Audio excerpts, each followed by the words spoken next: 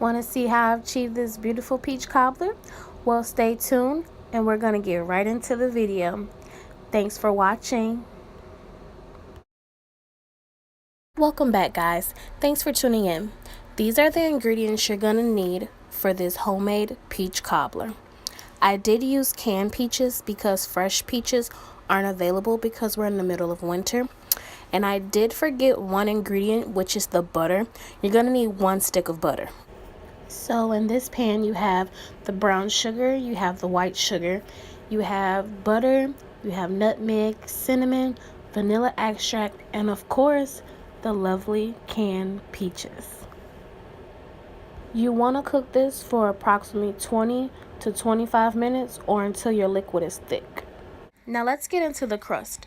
In this bowl you have a cup of flour, a half a stick of butter, and some water.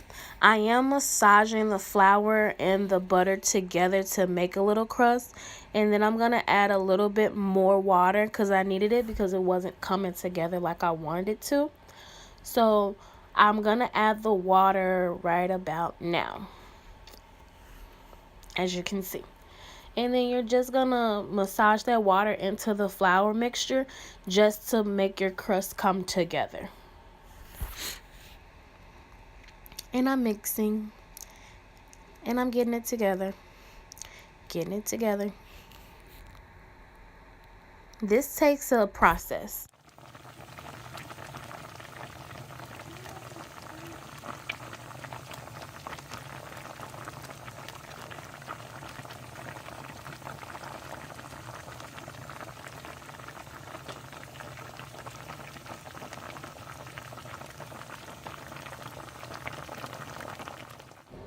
Now this is the crust that will go on the top of the peach cobbler. I did separate my crust off camera, and when you're making the crust you do want to double it, maybe triple the crust, because you want to make sure you have enough crust for the top and the bottom. And another key, you want to make sure your surface is very clean, and you want to also make sure that you flour where you're gonna roll your dough. And you want to make sure your rolling pin has a lot of flour because my dough did stick on me, and as you saw in the video. Now I'm just rolling the dough out to get my lattice, and I want to make sure it's really thin.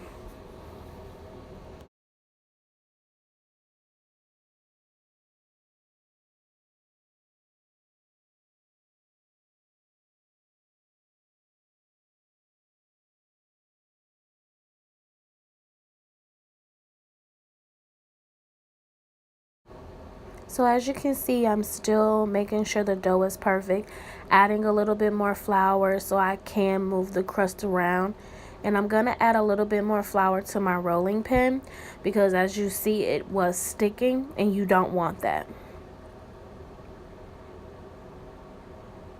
So I'm just making sure that the dough is very perfect and making sure it's really thin. And I'm going to take my knife and I'm going to cut the raggedy ends off the crust so that my lattice ends can be perfect.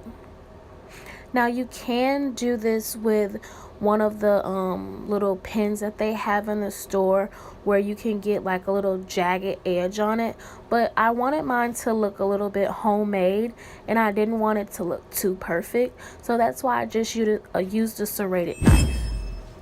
Now I'm gonna check on the peaches. These peaches smell so amazing. My kitchen, oh, my daughter was just like, Mom, it smells so good in here. Now the peaches they did get a little bit thicker, as you saw.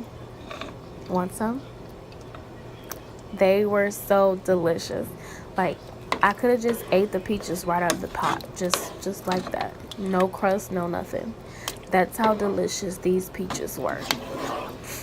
And then you also do want to taste your peaches before you put them in your crust to make sure that the flavoring is right. So here's my pan that I did line off camera, and it's not my best work, but you guys get the drift of how your dough is supposed to look. Now I'm just gonna add the liquid and the peaches to the crust, and you don't want to poke any holes in your crust because your liquid will seep through, and you don't want that. And then once you pour them in, just make sure you spread your peaches out so everybody can get a bite of peach once they cut the peach cobbler. It looks so amazing. And I love how that brown sugar made it darker. And I used light brown sugar too.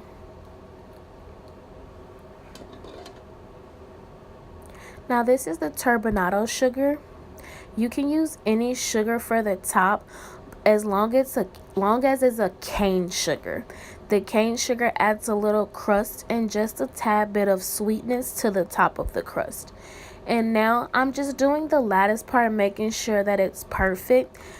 This was my first time doing the lattice on a peach cobbler, but I think I did pretty good. So I'm just showing you guys before I add the turbinado sugar on the top. And then one thing I did do off camera, the sides that don't have crust, I did add a little bit more crust, as you can see. And this is me just showing you the sugar so you know what kind of sugar to put on top.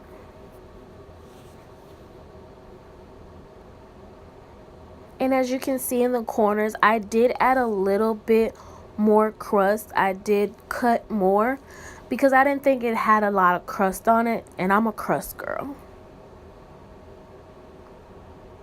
So I'm just adding the sugar on top.